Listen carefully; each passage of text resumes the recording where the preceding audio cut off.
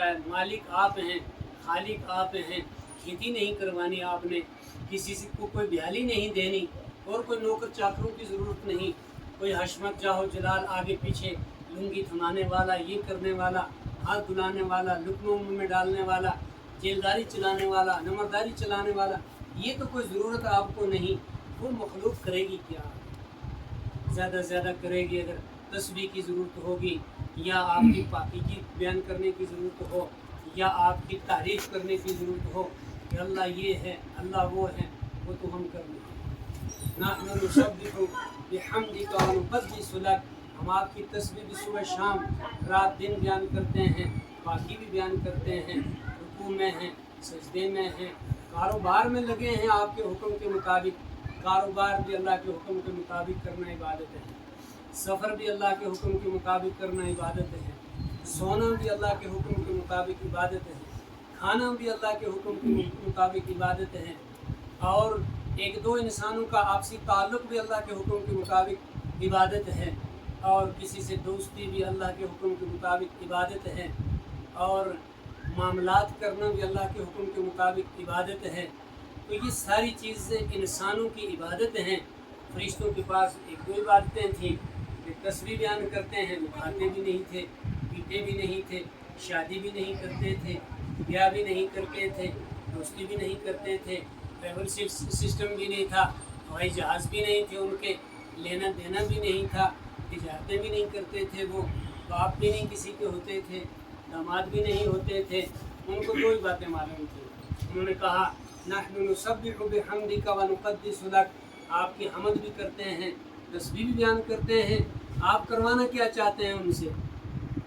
ہمیں اندیشہ ہے جو ہمارے نوٹس میں آ رہی یہ بات، وہ یہ ہے کہ یہ بڑے فسادی لوگ ہوں گے، یہ زمین میں فساد پھیلائیں گے،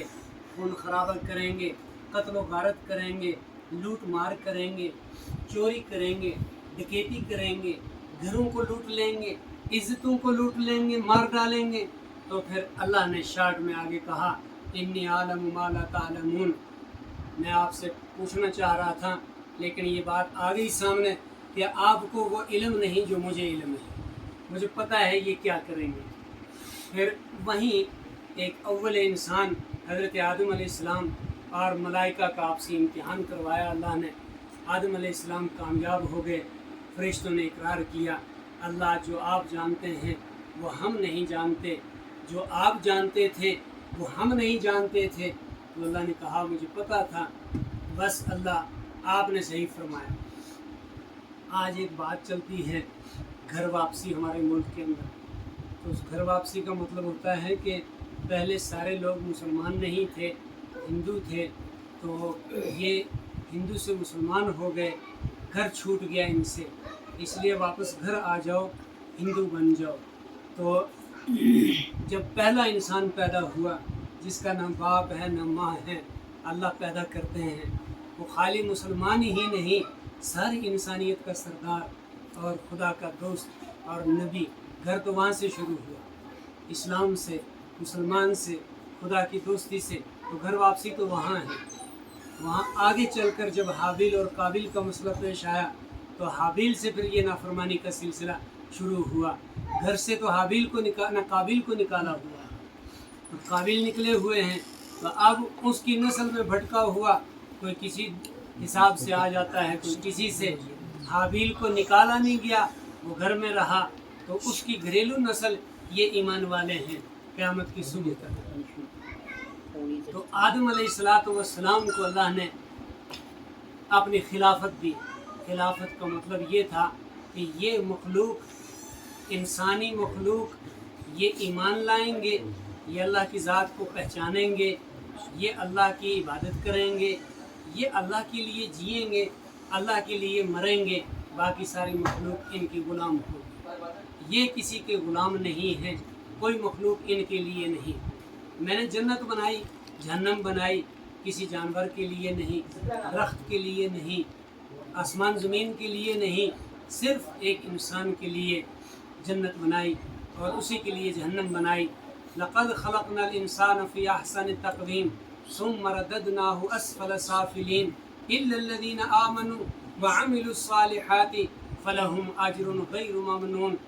اور اگر اس کے بعد یہ اس محسن خالق کو بھول گیا یعنی اللہ تعالیٰ کو، تو پھر انجام یہ ہوگا دنیا میں ہی ذلیل ہوگا۔ ثم رددناہ اسفل سافلین، پھر اس کو ہم بدترین مخلوق سے بدترین کر دیں گے، لوگ اس سے نفرت کریں گے، رالیں ٹپکنے لگیں گی، کمر جھک جائے گی، اور پھر اس سے بدبو آنے لگے گی، اس سے لوگ نفرت کریں گے، اس کو کوئی دیکھنے کے لیے تیار نہیں ہوگا، کوئی دفنانے کے لیے تیار نہیں ہوگا، اور مرنے کے بعد نتیجہ ہوگا کہ جہنم میں چلا جائے گا۔ الا الذین آمنوا وعملوا الصالحات، ہاں وہ لوگ جو اللہ کی ذات کے اوپر ایمان لے آئے، اور وہ لوگ جو ایمان لانے کے بعد اعمال صالح جنہوں نے اپنا لیے، اللہ کی نماز پڑھی،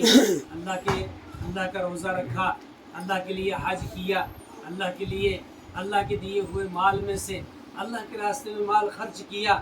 وہ لوگ وہ جنتی ہوں گے، ان کے لیے جنت ہوگی، وہ جنت بنائی گئی انہی کے لیے ہے، وہی اس کے مالک ہوں گے، اور وہی اس کے ذمہ دار ہوں گے، اور وہی اس میں رہیں گے، اور وہی بسیں گے۔ اللہ تو جنت کا محتاج نہیں، اللہ تو جنت میں بھی بس شان سے آئے گا، جنتیوں سے ملاقات کرے گا۔ کیا حال ہے حاجیوں، کیا حال ہے مومنوں، کیا حال ہے میرے ماننے والوں، کیا حال ہے میرے روزے داروں، کیا حال ہے میرے کسانوں جو کھیتی کرتے تھے رب کو یاد رکھتے رہے، کیا حال ہے میرے مسافروں جو سفر کرتے لیکن رب کو یاد رکھتے، کیا حال ہے میرے پیشہ وروں جو پیشہ ور تھے، پیشے میں کسی کے نیچے تھے، کسی کے اوپر، کسی کے آگے تھے، کسی کے پیچھے، کسی نہ کسی ذمہ داری میں پھنسے تھے، لیکن خدا کو نہیں بھولے، ہر حال میں مجھے نہیں بھولے۔ اور وہ وقت تھوڑا تھا، یہ وقت بہت ہے، وہ نکل گیا، مصیبتیں تھیں تو، راحتیں تھیں تو، اب راحت ہی راحت ہے، کوئی نکالنے والا نہیں۔ ہم فیہا خالدون، وہ ہمیشہ ہمیش اس میں رہیں گے، نہ موت آئے گی، نہ بیماری آئے گی، نہ موت دکھائی دے گی، نہ موت کی ہوا آئے گی، نہ موت کی بو کہیں سے آئے گی، وہ بھی مر جائے گی۔ وہ جنت ہمیشہ ہمیش ان حاجیوں کے لیے، ان نمازیوں کے لیے، ان روزے داروں کے لیے، ان ایمانداروں کے لیے، حلال کا لقمہ کھانے والوں کے لیے، اللہ کو یاد رکھنے والوں کے لیے ہے۔ میں اس کا محتاج نہیں۔ ہفتے ہفتے بھر اللہ تعالیٰ اپنا جلال فرمائیں گے، تمہاری آنکھیں دنیا میں ترستی رہیں مجھے دیکھنے کے لیے، آؤ آج دیکھو، تم نے کعبہ دیکھا، آؤ آج دیکھو، تم نے مدینہ دیکھا تھا۔ ہر دیوار میں اللہ کو ڈھونڈتے تھے، ہر گلی میں رب کو ڈھونڈتے تھے، ہر درخت میں رب کو ڈھونڈتے تھے، ہر پتھر میں ڈھونڈتے تھے، آئینہ میں ڈھونڈتے تھے، دریاؤں میں ڈھونڈتے تھے، نالے ندیوں میں ڈھونڈتے تھے، اور ہمالیہ پہاڑ میں ڈھونڈتے تھے، دنیا کے نظاروں میں اللہ کو تلاش کرتے تھے، دیوانے تھے کہ ہواؤں کے جھونکوں میں رب کو تلاش کرتے تھے، لیکن رب نظر نہیں آتا تھا۔ میں ہوں وہ رب، میں ہوں وہ رب، اب تم مجھے دیکھتے رہو، یہ بڑا انعام ہے، میری زیارت کرتے رہو۔ کیا چاہتے ہو؟ اور دنیا میں تمہیں پھلواڑی کے درخت تھے، اور کسی کانٹے والے سملو کے درخت لگتے تھے، اور کوئی درخت کانٹے دار تھا، اور آج تمہیں جنت میں سونے کے درخت ہوں گے، چاندی کے درخت ہوں گے، یہی پھل دیں گے، کھاتے چلو پھل، اور یہ پھل کھا کے گیس نہیں بنے گی، ہوا نہیں نکلے گی، بدبو نہیں آئے گی، ایک ڈکار ماریں گے کھانا ہضم ہے، تمہیں تکلیف بھی نہیں ہوگی، باتھ روم جانے کی ضرورت بھی پیش نہیں آئے گی، اس لیے کہ دنیا سے تھک کر اللہ کے لیے آئے، اللہ کو راضی کرے۔ اللہ نے اس مخلوق کو محض اپنے لیے پیدا کیا کہ مومنوں جنت تمہارے لیے ہے، اور جب یہ مومن، جب یہ انسان نافرمان ہوا تو پھر یہ جہنم کا مستحق ہوا۔ اللہ نے فرمایا پھر جہنم بھی تمہارے لیے ہے۔ اللہ نے قرآن کے شروع میں 2-3 طبقے بیان کر دیے۔ کافر، یہ انسانیت بٹ گئی، اس کو اپنی تخلیق یاد نہیں رہی، اس کو اپنی ذمہ داری یاد نہیں رہی، یہ بٹ گئے، ان کی تقسیم ہو گئی۔ ایک ایمان لے آئے، کٹر ایمان والے ہو گئے، اللہ کو مان لیا اور اللہ کے نام پہ قربان ہو گئے، انہوں نے بن دیکھے رب کو مان لیا، اپنے مال کو اللہ کے راستے میں خرچ کیا، مرنے کے بعد اٹھنے کے اوپر ایمان لے آئے، یقین کر لیا۔ ایک طبقہ کٹر کافر ہو گیا، انہوں نے کہا ہم مانیں گے، بس ایک دم ان کے دلوں پہ ہم نے مہر لگا دی، ان کے کانوں پہ مہر لگا دی،